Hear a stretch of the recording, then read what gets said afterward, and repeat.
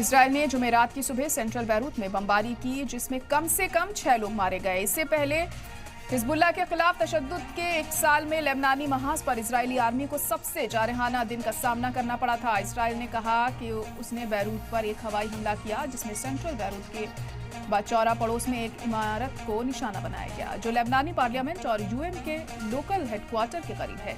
बहुमंजिला इमारत में हिजबुल्लाह से जुड़ा एक मेडिकल सेंटर था। यह बैरूत के सेंटर के इतने करीब पहला इजराइल हमला है।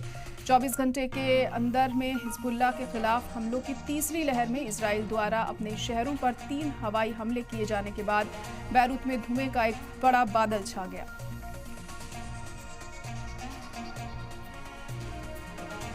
इसके अलावा 3 मिसाइलें दहिया के साउथ में गिरी, जहां पिछले हफ्ते हिजबुल्लाह लीडर हसन नसरल्लाह को मारा गया था।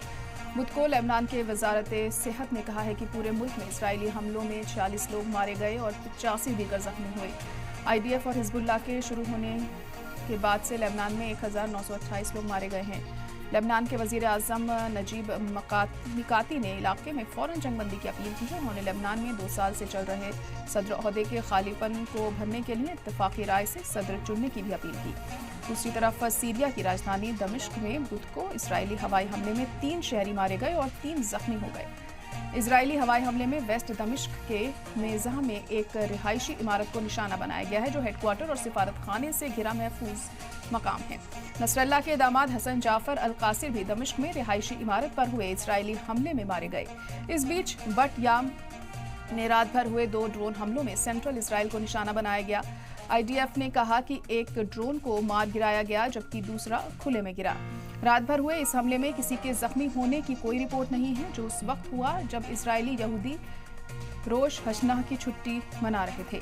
साउथ लेबनान में 8 इजरायली फौजी जमीनी लड़ाई में मारे गए, क्योंकि इजरायली आर्मी ने इस इलाके में दरअंदाजी की। हिजबुल्लाह ने कहा है कि उसके लड़ाकों ने लेबनान के अंदर इजरायली फौज से जंग की और सरहदी शहर मारून अल रास के पास रॉकेटों से 3 इजरायली मरकबा टैंकों को तबाह कर दिया।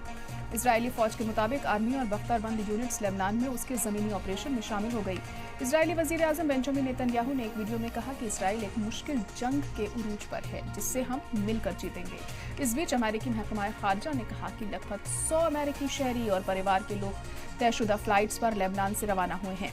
इसके अलावा ब्रिटिश शहरियों को लेबनान से लेकर जाने वाली एक चार्टर प्लेन बुध को बर्मिंघम एयरपोर्ट पर पहुंचा और ब्रिटिश वजीर खारजा डेविड लामी ने कहा कि आने वाले दिनों में ऐसी और फ्लाइट्स की प्लानिंग की गई।